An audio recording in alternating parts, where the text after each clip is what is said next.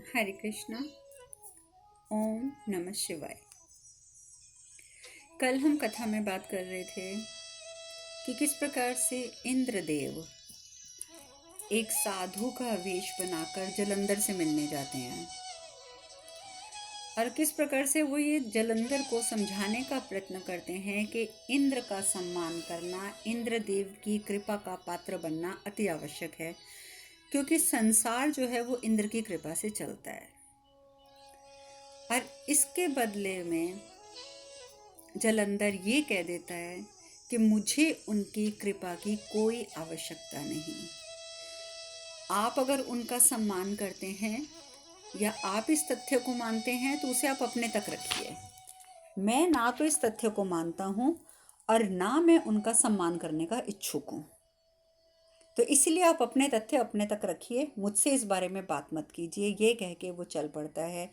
और किस प्रकार से फिर इंद्रदेव अपना शस्त्र निकालते हैं और वो शस्त्र मत्स्य कन्या को भाला उनके पीठ में चला जाता है, क्योंकि वो बीच में आ जाती हैं।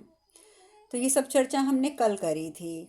और हमने ये भी कल हमने बात करी थी कि किस प्रकार से माता पार्वती कठिन राह पर चलते हुए महादेव के पास मिलती हैं, जो कि एक योगी के रूप में मचान पर बैठकर तपस्या में लीन हैं। महादेव कहते हैं माता पार्वती को कि यदि तुम स्वयं को पाना चाहती हो तो तुम ये परीक्षाओं को पूर्ण करो, जो परीक्षाएं मैं लेना चाहता हूँ। और माता पार्वती भी कह देती हैं कि मैं हर प्रकार की परीक्षा के लिए तैयार हूँ, हर प्रकार की परीक्षा के लिए मैं तैयार हूँ, आप कहिए। तो महादेव कहते हैं ठीक है, यदि तुम तैयार हो ना तो एक काम करो, यहाँ से दक्षिण को प्रस्थान करो। वहां पर तुम्हें एक अद्भुत स्थान मिलेगा, वो तुम्हें दूर से ही दिखाई दे जाएगा। यदि उस स्थान पर बैठकर तुम्हें कुछ देर भी ध्यान की अनुभूति हुई तो मैं तुम्हें अपनी शिष्या के रूप में स्वीकार कर लूंगा। माता पार्वती महादेव की बात सुनकर हैरान हो जाती हैं कि मैं जाऊं दक्षिण की ओर और वहां बैठकर मैं अनुभूति लूं ध्यान की। उनको ये बात समझ नहीं आती। माता पार्वती कहती हैं क्षमा कीजिए, हम इतनी दूर से यहाँ तक पहुँचे हैं और हमें कितना समय लग गया है यहाँ से यहाँ तो अपने घर से यहाँ तक पहुँचने में, और अब आप हमें तुरंत कह रहे हैं कि हम दक्षिण की ओर जाएं।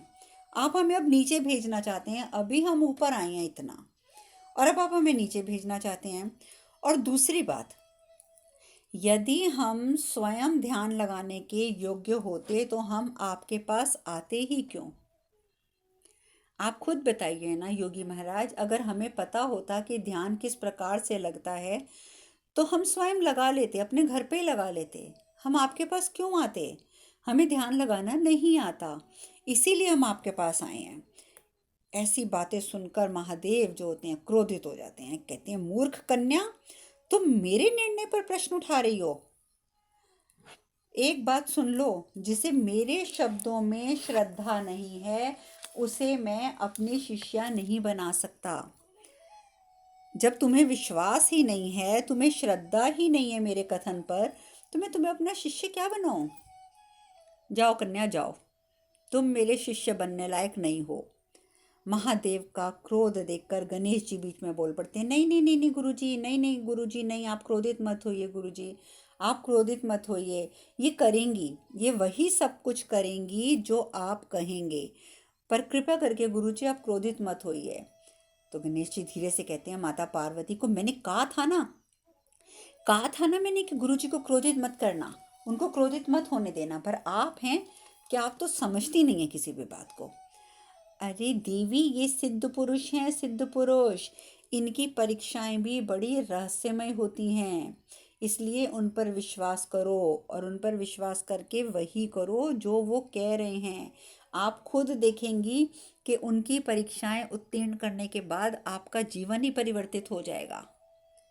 आप मेरी बात मान कर देखिए देवी, आप गुरुजी को क्रोधित मत कीजिए, उनसे क्षमा मांगिए और जो वो कहते हैं वो कीजिए।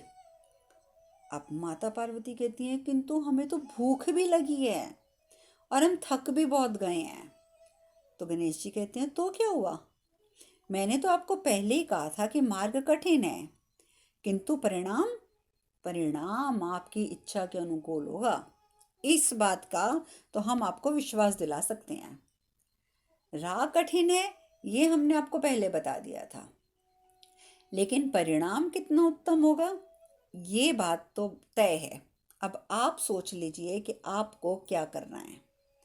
आपको क्या करना है आप ये सोचिए। अब माता पार्वती चिंता में पड़ जाती हैं, भूख भी लगी है और इतनी ऊंचाई चढ़ के आई हैं और कहाँ उत्तर की ओर आई हैं पूरा चल के, और अब वो कह रहे हैं क्या तुम दक्षिण में जाओ, अब नीचे उतर के जाएं वापस इतना, इसलिए वो थोड़ा परेशान भी हो रही हैं।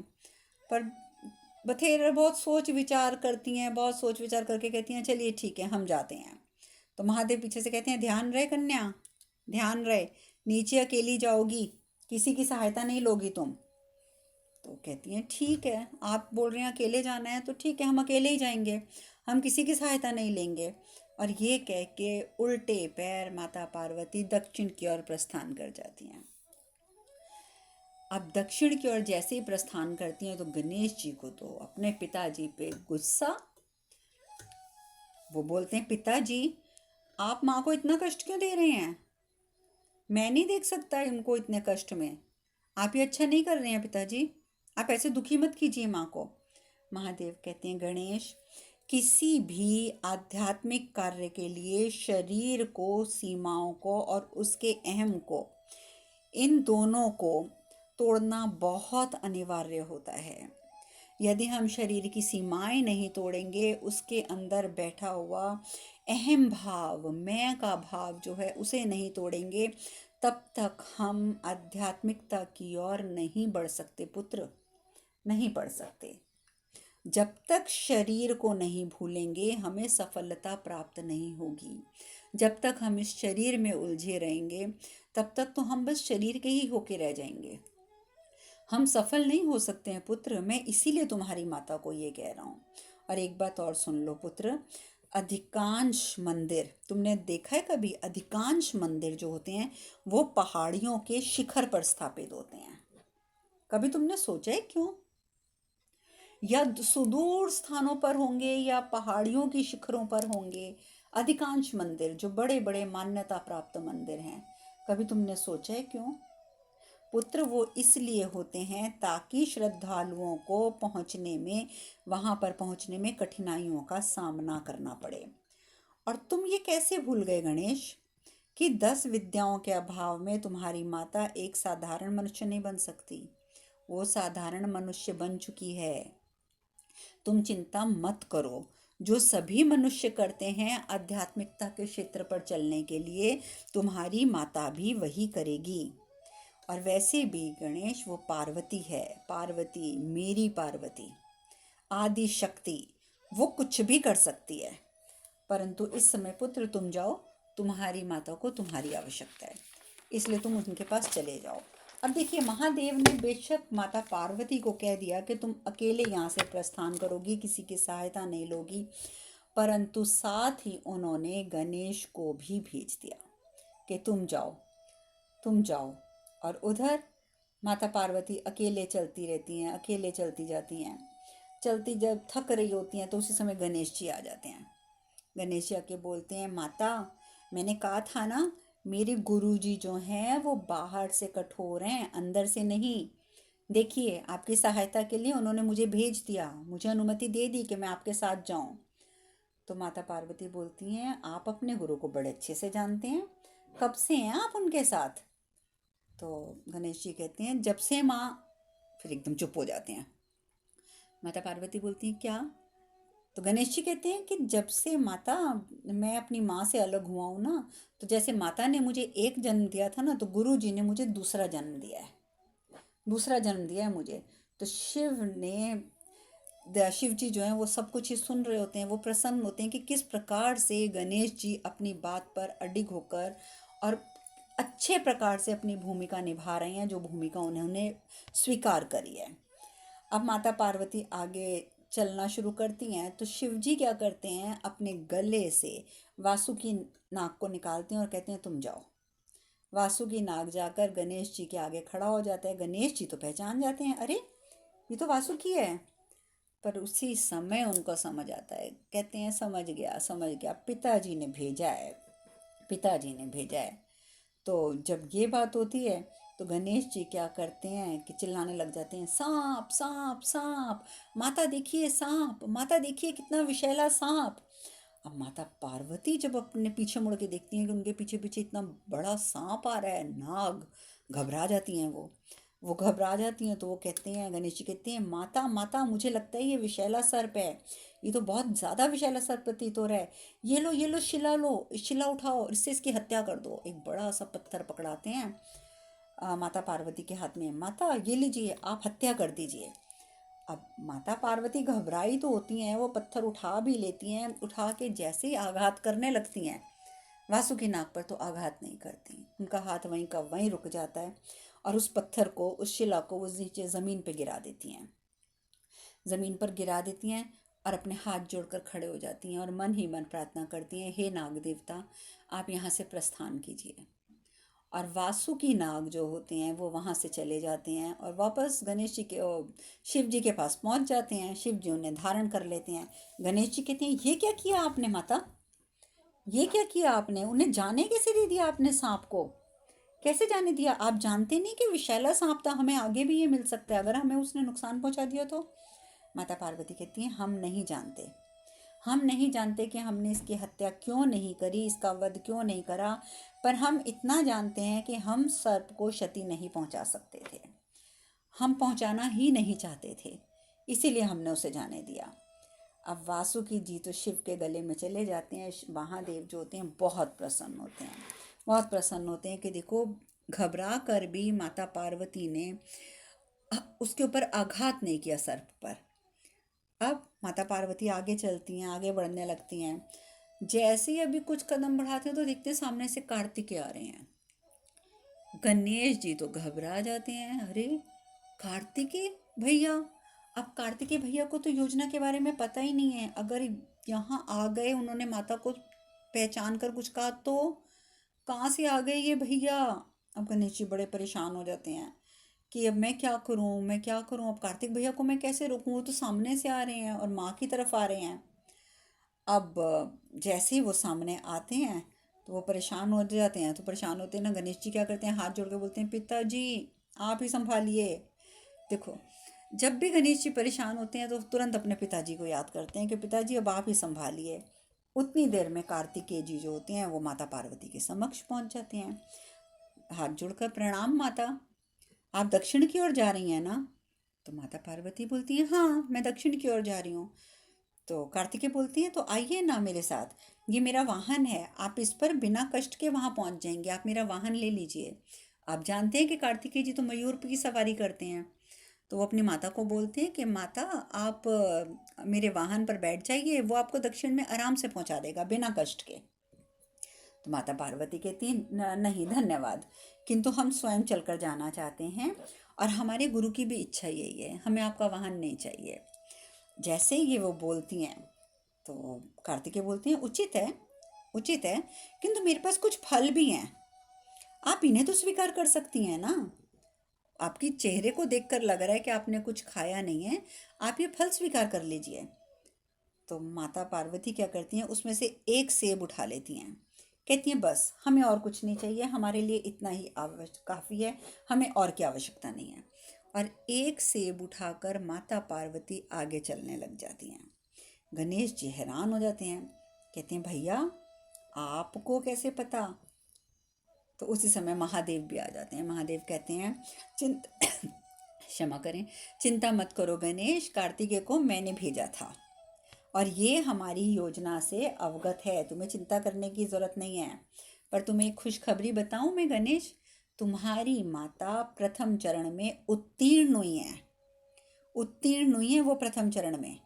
तो कहते हैं प्रथम चरण में, पिताजी कार्तिकेय भैया को आपने कब बुलाया, उन्हें कब बताया, ये तो चलिए मैं आपसे नहीं पूछूंगा, आप जानो और कार्तिकेय भैया जाने।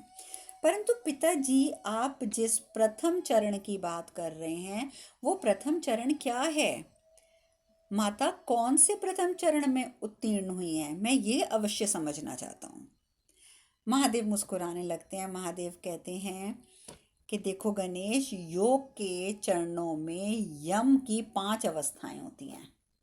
मैं उसी चरण की बात कर रहा हूं, यम की। यम की यम की महादेव गणेश जी को और कार्तिकेय जी को समझाते हैं कि पुत्रों, मैं प्रथम चरण यम की बात कर रहा हूं और इस यम की 5 अवस्थाएं होती हैं। अहिंसा, सत्य, ब्रह्मचर्य, अस्तेय और अपरिहार। ये 5 अवस्थाएं होती हैं यम की। और तुम्हारी माता इसमें उत्तीर्ण कैसे हुई, मैं तुम्हें वो भी समझाता हूँ। देखो, यदि पार्वती चाहती तो वो वासुकी की हत्या कर सकती थी। उनके हाथ में शिला भी थी और वासुकी वहां पर खड़ा भी था। परंतु तुम्हारी माता ने वासुकी की हत्या नहीं करी। उन्होंने अहिंसा का मार्ग चुना। तो हो गया ना पहला चरण उत्तीर्ण। शिला हाथ में थी, वासुकी समक्ष खड़ा था, परंतु उन्होंने शिला फेंक दी थी और वासुकी को हाथ जोड़कर प्रार्थना करके वहां से प्रस्थान करवाया था। तो ये प्रथम चरण यम की पहली अवस्था थी, अहिंसा। तो तुम्हारी माता ने अहिंसा का मार्ग अपनाया।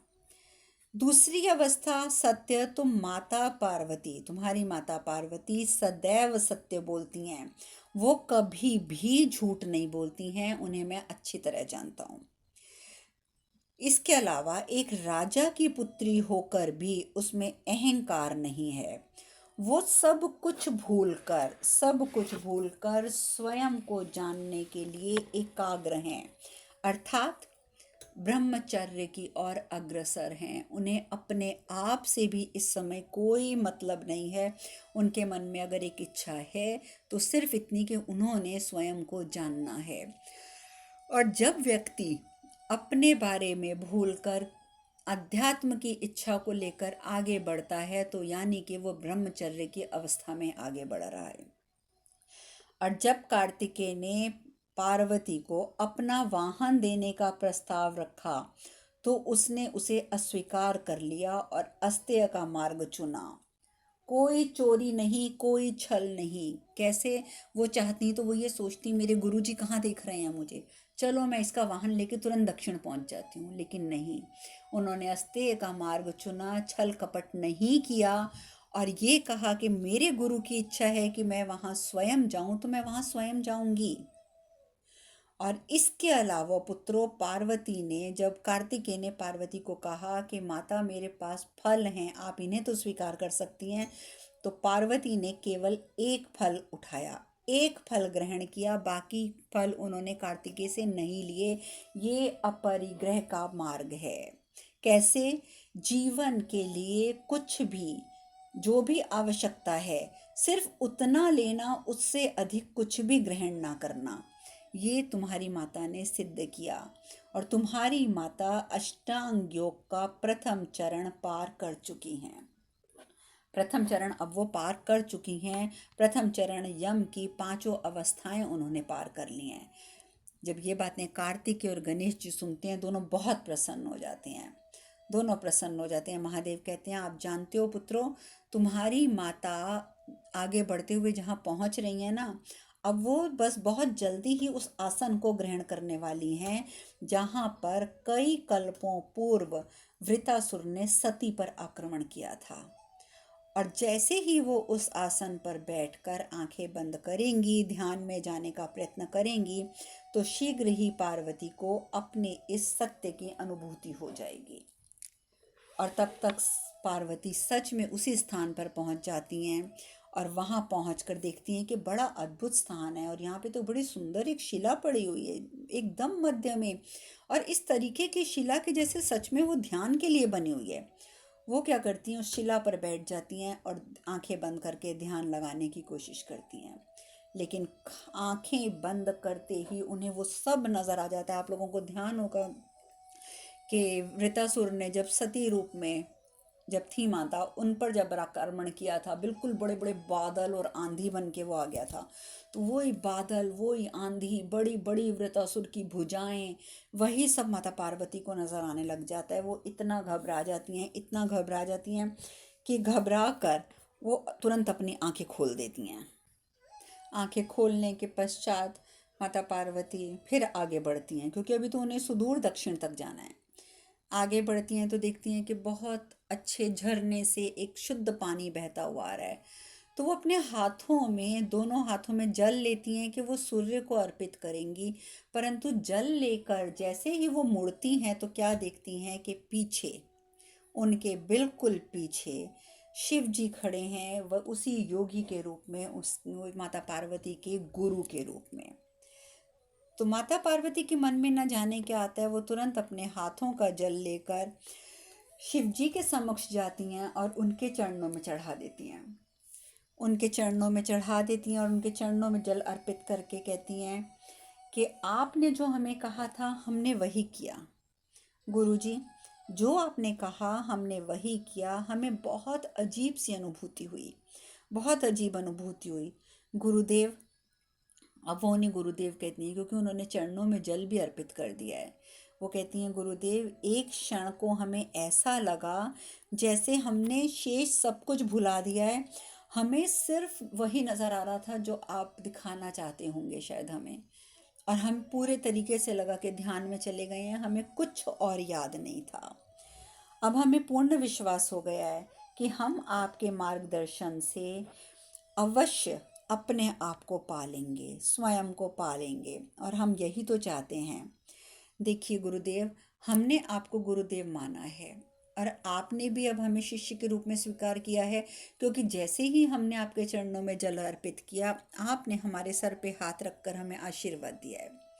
तो गुरुदेव, जब आपने हमें स्वीकार कर ही लिया है तो हम आपसे एक निवेदन करना चाहते हैं। हम चाहते हैं गुरुदेव कि आप हमारे साथ हमारे राजभवन में चलिए और हमें वहाँ पर रहते हुए ध्यान लगाना सिखाइए। महादेव जो होते हैं वो 2 मिनट के लिए तो चुप हो जाते हैं कि राजभवन में मैं चलूँगा और वहाँ पर तुम्हें मैं ध्यान लगाना सिखाऊंगा। और माता पार्वती तो ये निवेदन करके और चल पड़ती हैं, आइए गुरुदेव, कि जैसे पीछे पीछे उनके गुरुदेव चलते हुए आ जाएंगे। अब गणेश जी को, अब महादेव सोचते हैं कि नहीं, राजभवन में तो मैं नहीं जाऊंगा, मैं तो चाहता हूँ कि वो यहीं पे रहें और यहीं पे रह के अपना ध्यान की जो शिक्षा है वो ग्रहण करें। तो वो गणेश जी को बोलते हैं, गणेश, जाओ जाओ जाओ, रुको अपनी माता को और उनको बोलो कि हमारे गुरु किसी भवन वगैरह में नहीं जाते हैं, वो तो तुम्हें यहीं शिक्षा देंगे। गणेश जी बोलते हैं, परंतु पिताजी, हमारी योजना तो यही थी कि हम माता के साथ अब भवन में चलेंगे और वहां पर उन्हें आप शिक्षा देंगे। उसी समय माता पार्वती मुड़ जाती हैं तो शिव जी जान के अपना क्रोधित रूप बना लेते हैं। गणेश, तुम्हें समझ नहीं आ रहा हमने क्या बोला है? जाओ और जाकर इस कन्या को बोल दो जो हमने कहा है। हम किसी भवन में नहीं जाएंगे, हम यहीं रहते हैं, हम यहीं रह के इन्हें शिक्षा देंगे। अगर ये शिक्षा प्राप्त करना चाहती हैं तो उन्हें यहीं रहना होगा और यहीं रहकर शिक्षा प्राप्त करनी होगी। अब गणेश जी को वो इतनी जोर जोर से बोलते हैं कि माता पार्वती स्वयं ही सुन लेती हैं कि वो तो हम हमारे महल में जाना ही नहीं चाहते। अब जब महल नहीं जाना चाहते तो हम क्या करें? अब माता पार्वती भी सोच में पड़ जाती हैं। अब आगे क्या होता है ये चर्चा हम कल करेंगे। आज हम कथा में यहीं विश्राम लेते हैं। हरे कृष्ण कृष्ण कृष्ण हरे हरे, हरे राम राम राम हरे हरे। आप सब खुश रहें, सुखी रहें, स्वस्थ रहें। हरे कृष्णा। ओम नमः शिवाय, ओम नमः शिवाय, ओम नमः शिवाय, शिवाय।